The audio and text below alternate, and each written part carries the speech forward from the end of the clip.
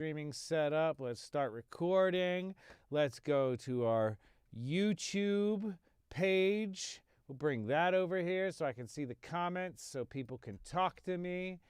And I'll move this over like this, and then I can see this, and we are, oh, my Mix Monday title's not up, so I'll just have to get over that. That's not cool. Oh, no. Well, here we go.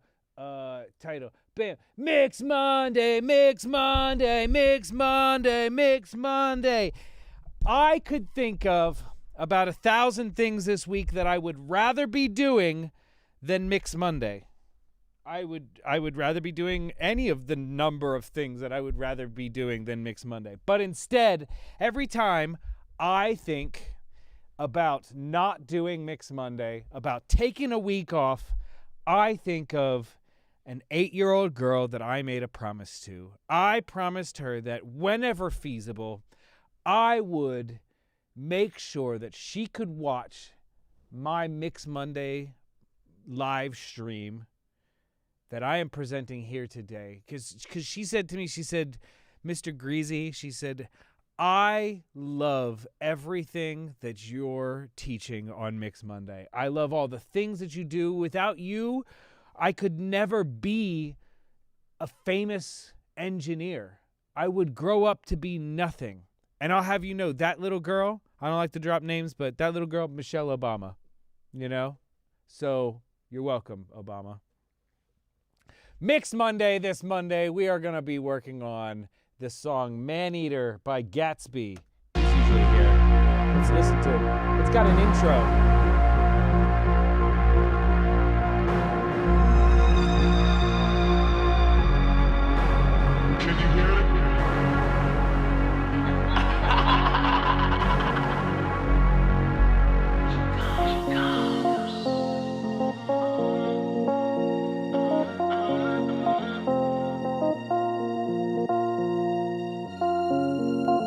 Inside all of us is an 8-year-old girl, my friends. Mix Monday, Greasy Will. We're gonna fucking half-ass our way through it this week. Here she comes. She gonna take your heart and we're doing R&B this week. R&B if you're trying to watch some R&B mixing. Nobody but a sound. Have you ever seen that revolution now? And she's so conceited, I don't need it. Clubbing season every weekend. She's got a man at home. She don't call it cheating, buy drinking. She comes easy, ooh, she freaky. Oh, here she comes. Oh, here she comes. She gon' take your heart and use it like a drug. Oh, here she comes. She the type of girl that's taking what she wants. That girl so dangerous. Know that body how, but can you handle it? You could take a shot, but you be gambling. She might fall in love, but she can't commit. She the type of girl that you can't forget. Saying she adores, but she cancerous. Everything she do is so damaging. Stay away if you don't know her. And she's so conceited, I don't need it. Clubbing season every weekend. And I know she's got a man at home. She don't call it cheating, buy a drinking. She comes easy, ooh, she freaky. Oh, here she comes. Oh, here she comes. It is Mix Monday. We are mixing this week Gatsby Maneater. Now, this is a song that is not out yet, but it will eventually be out. And when it does come out, if it gets any clout whatsoever, if the world likes this song in any way, shape, or form, I can promise you we will be getting sued so hard. We are 100% going to get sued for this song because we ain't clearing any of this shit. Because how do you fucking, yeah, absolutely. It's a Hall & Oates homage. Yeah, let's call it an homage. This is going to be the evidence that they use against me in court. So screenshot it now, kids. Oh, it's too late. I already admitted to all the things that we're going to get sued for. In my opinion, right, if you are a starting out artist, you know, and people are like, oh, man, what are you going to do? You're going to get sued. You're going to clear that song. We're not going to clear the song. It's like, we can't clear the song. They're never going to clear the song. There's too many. We're going to call it interpolation at best. And you know what? If it gets big enough to get sued, that's awesome. That's great news. I look forward to being sued by Hall & Oates. Otherwise, you're going to have to waste your money on a song that has no views and no streams. You know? It's like, waste your lawyer's money or whatever, or your lawyer's time. All right, so let's talk about this song. This song, it was produced by, I don't know. I don't remember who produced this one, but it's a good one. Oh, Bam, I think, produced this one. All right, so a lot of parts to it. Let's just go ahead and we'll talk about it. So first off, when we got the song, this is really typical, right? This is the way that most music comes to you as even a professional, right? The day of the session, hey, I got a 2-track.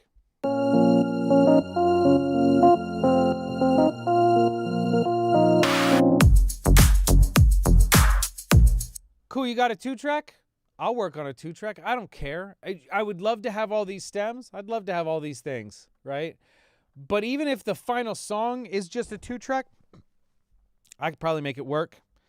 And hopefully it's just mixed well, you know. Folks, we got a new guy over, Mr. Wake Me Up, asking me, are you a fan of the SSL or a Neve for mixing? We all know that I'm not a fucking fan of anything. I'm a fan of getting the job done. It doesn't fucking matter what I have. I'll have a goddamn, I'll have a laptop and a Focusrite if that's what I have. I don't care about any of those things. Now, granted, today we mix inside, you know, whatever. No, I did not stem split. I eventually did get the stems for this track. But once I got the stems for this track, then I had to go through and because what we did whenever we were doing the track, you can see, we did a lot of edits. We're looking at this thing right here, just in case anybody's curious. This yellow one, we'll call it. It's yellow now. Even if I just have a 2-track, I still want to do some drops, do some stuff, cut some stuff out, because that's customizing it to the track. It doesn't really make sense to just like get a 2-track and then use it exactly how it was, because very rarely is that 2-track got any like dynamics, any fucking excitement, any cuts, any fucking drops, anything. Oh, here she comes. Oh, here she comes. She gon' take your heart and use it like a drug. Oh, here she comes. So whenever I got this, when I got the stems, the first thing I had to do was recreate first I had to recreate all the drops, all the fucking stops, all the fucking weird, like, oh, flip this section and make it this thing, drop this, make this a verse, let's make this type of sound a verse, and then let's put that all over the place. It's a pain in the ass. It's a big giant pain in the ass, but even though it is a big giant pain in the ass, that's the fucking job. So I eventually did get the stems for this song. And the first thing I did was go through and recreate all the drops, do all the things. Now, in certain places, like here, I recreated the drop, but then I probably also, this is probably a filter thing. Yeah, so I got to customize further. This is the nice thing about having the stems is I can do more customization. Over here, I had to just deal with it. Whatever I had going on, that's just what it is. If there wasn't a cool like fill or something, maybe I made one. You can see like here, I made some fills or I made some cuts or whatever the fuck this is. Just a little beat repeater, you know, producer points. I'm not getting producer points on this. I do sometimes get producer points, but I feel like as an engineer, right, it's your job to toe the line of being a producer / an engineer. Is it nice to get producer points? Is it nice to get cut in on the end state? Sure. Everybody wants to get cut in on the end. But I'm also getting something that those producers aren't getting typically, which is an hourly or daily rate to do my job to the best of my ability. Now, again, would I love to get points on stuff? Absolutely. But the reality is, like, I am probably in many cases with many artists that are trying to break out into the industry, I'm probably going to make more money than the producer is. This producer might make $1,000 for the track if he's really lucky, for this level of artist. Sometimes it's even less than that, but the producer might make $1,000. I make $1,000 a day in my studio. If this takes this dude 3-4 sessions to do, I might make like $3,000-$4,000. Yeah. Now, it didn't take 3-4 sessions. I think this song maybe took 2 sessions. We usually, whenever I work with Gatsby, the way we normally do things is like the first session will be writing with the writer, which is exactly what happened here. Writing with the writer, and then eventually tracking like what is, I wouldn't call it a rough with Gatsby. I'd call it more of like a first draft, right? A first draft where we put down as much of a lead, maybe some backgrounds, maybe, some bullshit or whatever, but we're going to come through later. We're going to add harmonies. We're going to add customized stuff. We're going to get all sorts of different shit like that. So, the second and third session are going to be where we've sat with the song for a little bit. We've taken some time to really like look at what we're doing, figure out some cool parts. And I'll even show you today, like with this writer, this will be a cool little thing. With this writer, this was with a writer named Geo, who believes that the earth is flat, which is fucking hilarious to me, honestly. Bro, where did science fucking get you guys wrong, man? Like, where did science fuck you guys that you went around believing in a flat earth? Fucking wild, man. It's wild. Anyway, so let me see if I can find over here. I'm seeing usually I call it something, but today I am not seeing a scratch over here. Might be in here. Let's see if we can find something real quick. Is there anything in here that this all looks like real tracking. Let me see if I find a scratch. Can't find a scratch. Oh, well, I guess we aren't going to look at that then. Anyway, so usually there's like a scratch of what the writer did, and then we go back and we replace those things while also adding in new parts and adding in like, harmonies and stuff like that. Usually this writer does not do a lot of harmonies or ideas like that. He might do a counter melody, but he's not going to, he throws down the rough, and then we come in from there and start filling things in. Now with this type of stuff, this is where a lot of the times I'm doing vocal production, I'm doing actual production, I'm doing all sorts of like extra things that are outside of my job. They're outside of my necessity. And I believe that that's what makes me good and what makes people want to keep working with me. So complaining about, I want points or else I'm not working with somebody, that ain't my thing, right? It's like I am 90% of the time with all the bands, with all the artists that I work with, I am the producer that doesn't exist anymore. That producer is that old school mentality, that fucking Don Was, or that fucking, the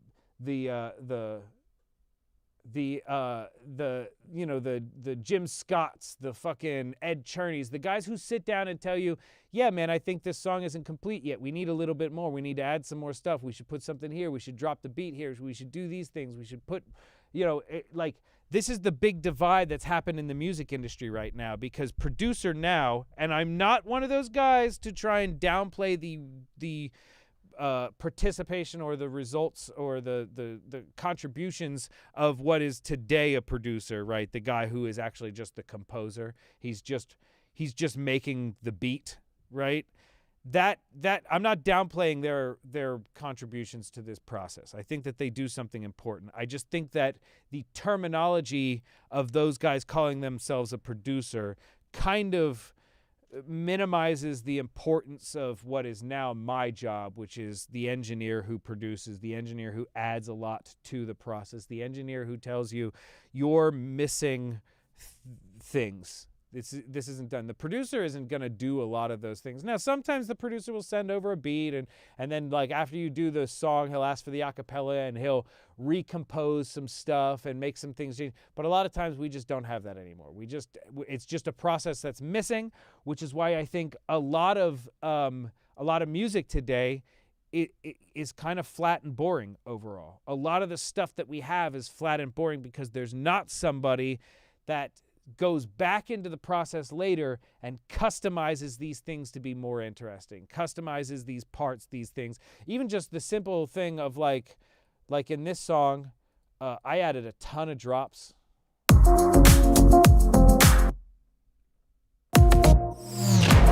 That didn't exist before. That just went straight.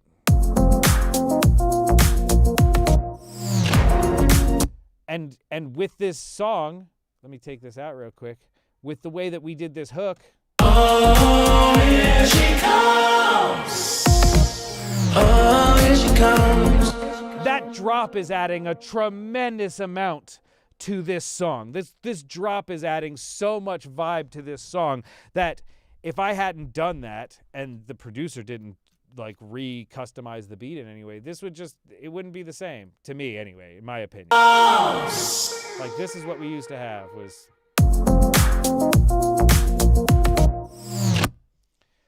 adding that drop. That's essential to this whole vibe. Here she comes. Also, same thing happens over here. I customize this beat. How do you develop source drops? I just do them. Oh, here she comes. So instead of doing the same drop twice for both times that this drop happens, right, at the end of the pre-chorus or whatever, instead of doing the same thing, the second time I went kind of classic MPC beat repeat. I think that can be just as cool as doing like a full-on beat drop or just letting the chorus go or whatever the fuck. And I did that here in the original too, you can hear.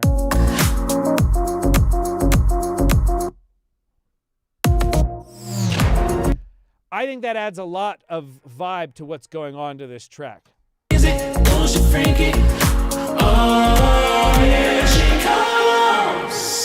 Back to Alex's question of whether I get points or whether I get money for being the producer on a track when I'm doing that is production. That is production right there.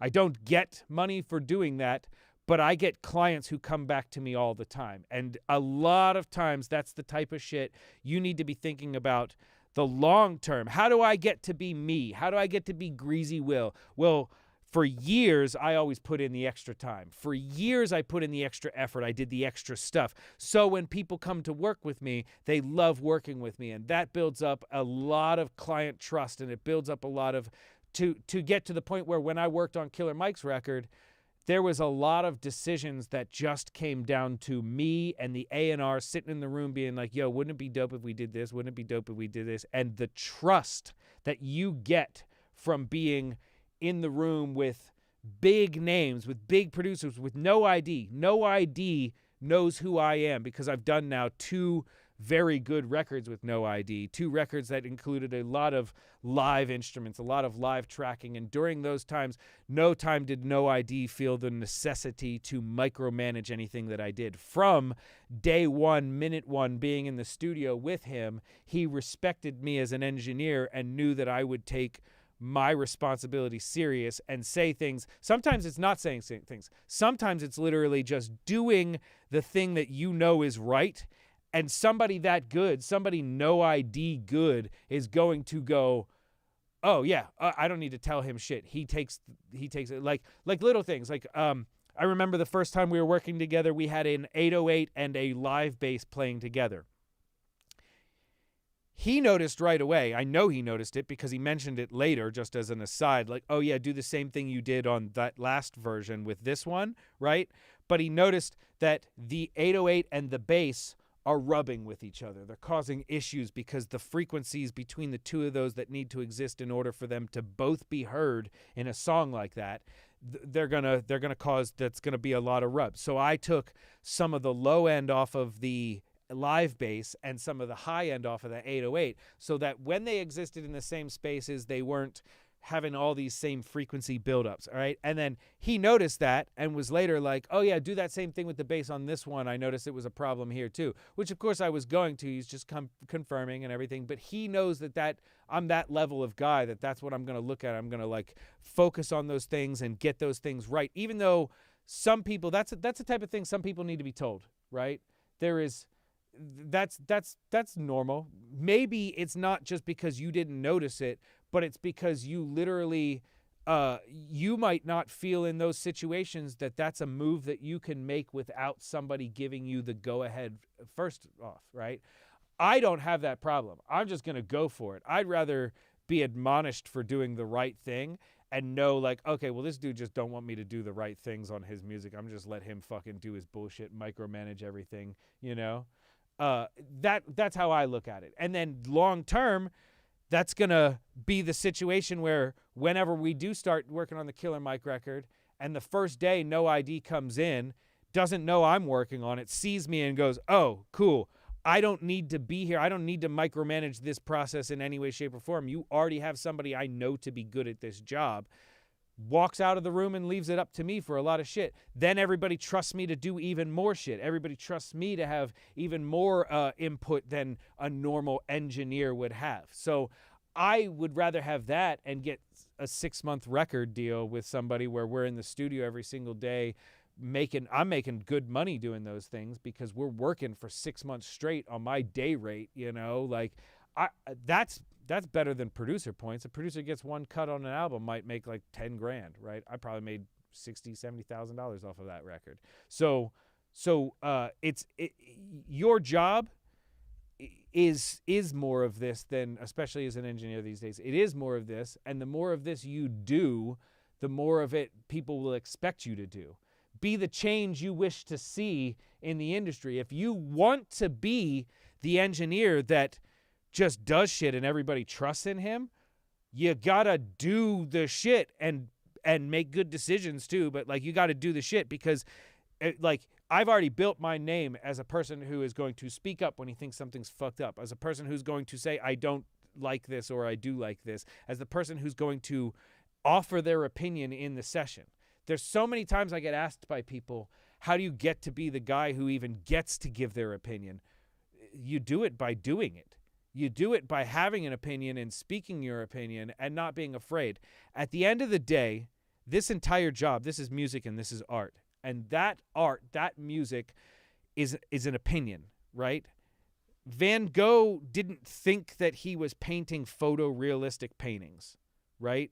Van Gogh didn't think that he was doing like photo accurate painting. He knew he wasn't. He just thought that's what was cool. There's 1,000 examples of this throughout history of people just doing what they thought was cool and even in their lifetime not being proven to be correct, right? But they did it anyway. And guess what? Time, history, they proved them right. I don't need time or history to prove me right. Thankfully, I've been proven right in my own lifetime. I don't have to die. Well, I'll probably still die poor, but, you know, Trump's America or whatever. So anyway, so this song, so I did get the stems. I got some questions. A follow-up to making beats. Are you just chopping and stretching sections, or is there a plugin or piece of hardware at play? Usually I'm just chopping, stretching, flipping, reversing, but I'll do whatever. I'll do whatever it takes. There was another question over here. Do you still drink a lot? I do not currently drink very much at all. Every now and then I'll have a drink, but for the most part, I have been largely sober recently. Not for any purpose other than the fact that I just think maybe my tolerance could be a little bit lower so that I could actually like get drunk instead of drinking an entire bottle of whiskey and still being able to drive. Because they don't care how impaired you are. They care how impaired the meters say you are. And so you could be like a, you could be like a 0.09, still perfectly functional, no issues whatsoever. Sometimes higher. But let's not talk about that. That's bad. That's bad juju. I don't like cop juju. Cops suck. All right, so here's what we got. I did not have to do a lot to mix this beat. Once I got this beat, the original beat, we could hear, like I said, it was already pretty good. This is what you want. If this was all I got, I'd be happy with this.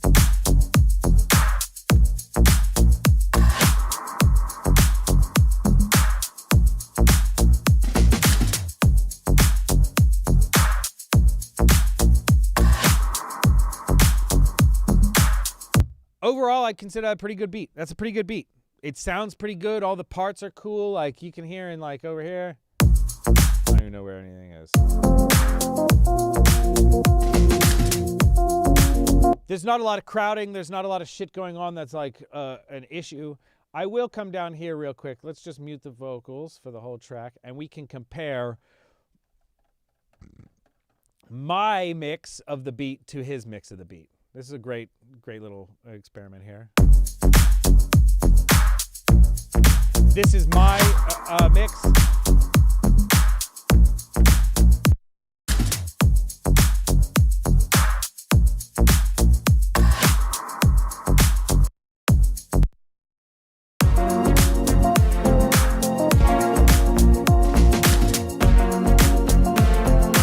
This is my mix again.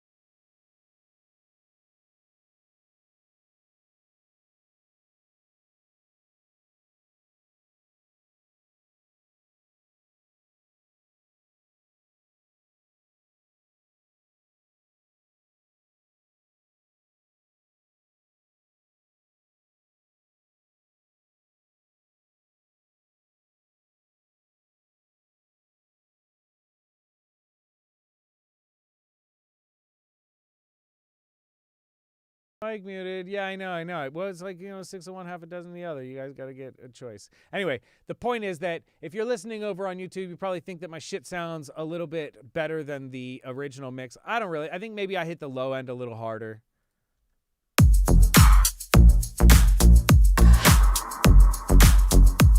I'd say that's most of what I'm doing.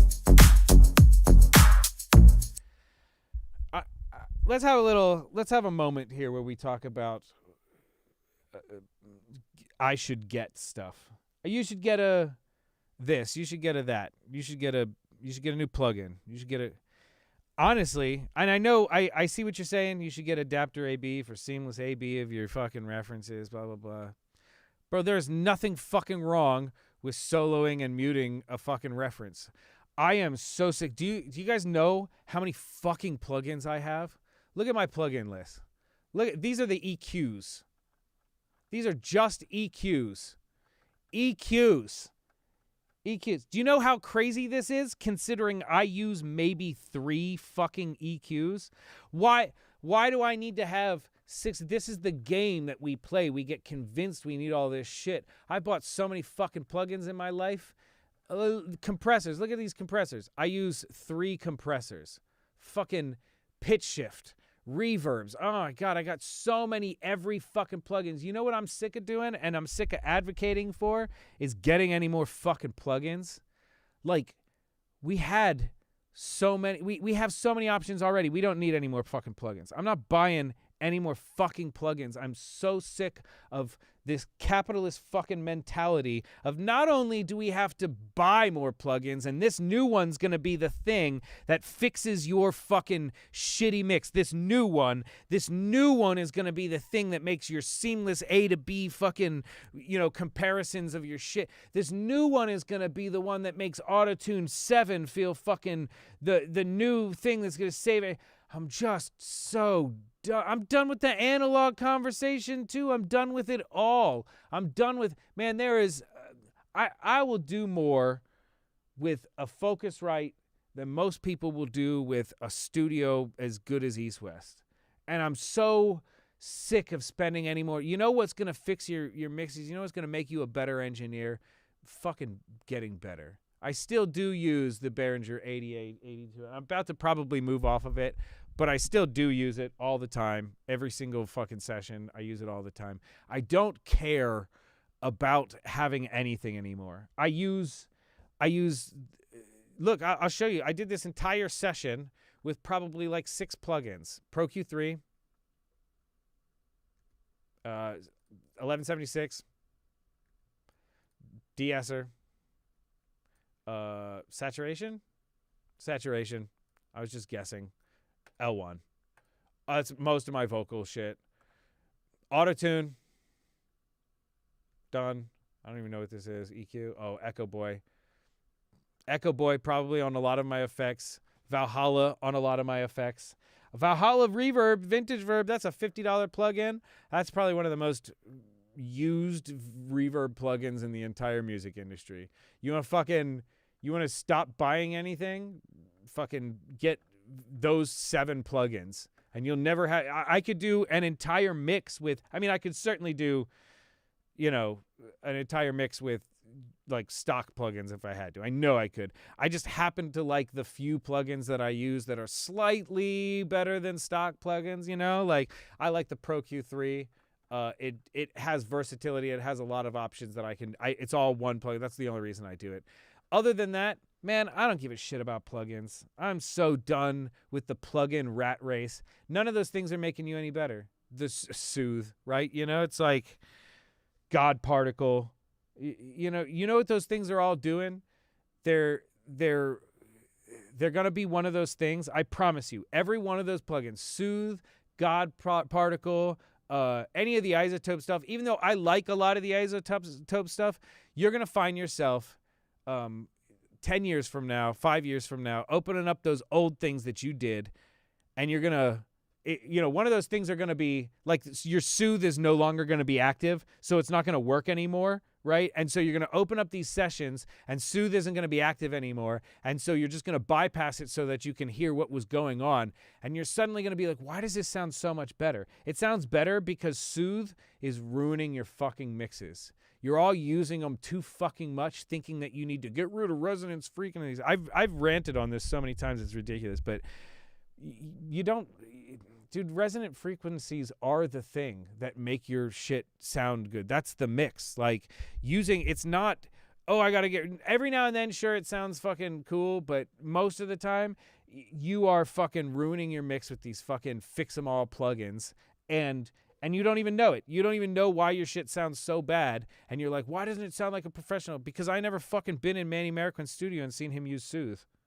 Because I never been, now some of these guys, I know like Tizio does, and like there are people that use Soothe like regularly, and I'd say it's probably more. Honestly, do you want to know why I think so many of these? So many of these like rap producers are always talking about needing Soothe, right? And I think that the reason is, right. This is baffling to me, right? We need Soothe in our vocal chain. Well, what does Soothe do? It tames resonant frequencies, right? What resonant frequencies? Usually the ones that these assholes are putting into their fucking music by insisting on using a U87 and insisting on using a fucking bright-ass Avalon Pre with the fucking compression all saturated to fuck. And then they're like, well, how do I make it sound professional? How do I make it sound smooth? I got to throw the Soothe plugin on. You guys are fucking your shit up from beat 1, bar 1, beat 1. You're fucking up your vocal sound from bar 1, beat 1, and then forcing everybody to try and fix these horrible sounding things at the very end. Well, guess what, dude? Just get a better fucking microphone. Stop using a U87, you fucking clowns. Oh, I use a U87 because this person uses a new U87. Oh my God, the amount of times I've been fucking told about how people use their shit because they learned from somebody else. They heard somebody else does that. Oh, my fucking God, dude. Mike Dean uses this for this. Travis Scott uses... Man, Travis Scott barely knows what the fuck he's doing. Y'all need to stop wondering what people do to, like, make their shit sound good and start just making your own shit sound good. Stop believing in anything else. These people have endless fucking mixing on the end of their processing because it sounds like fucking dog shit whenever you get it. Man, the amount of fucking songs I've mixed from people that just sounded like dog shit. And then, like, I'll get something from somebody that sounds amazing. But what'd you use? Like, fucking SM7. An SM7, and I didn't fucking do a bunch of bullshit, I didn't fucking overcompress. I didn't go all the... It's like, goddamn, y'all, you're going to fucking find... Seriously, let me ask you this question. Has anybody... Look, I didn't want to do Mix Monday this week. I wasn't in the fucking mood. So if we're going to do something, I'm just going to rant a lot more than talking about music. Here, this is what it sounds like.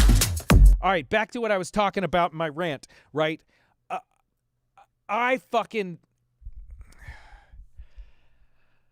am so sick of this fucking industry. It's like we are constantly in this battle of like people not really knowing what the fuck they're doing. And so we compensate with a bunch of bullshit, and we throw all these extra shits on there, and we do all this shit. I am so incredibly sick of finding out that getting somebody in the studio who insists on using certain gear or insists on having certain things, right? Have you ever, this is what I was going to say, this is where this rant comes from. Don't tell me what to do. I'll die over here. I will run my, look at this. This is the problem. I start ranting about shit. The fucking numbers start going up over here. It's like, ugh. All right. So here's the thing. All right.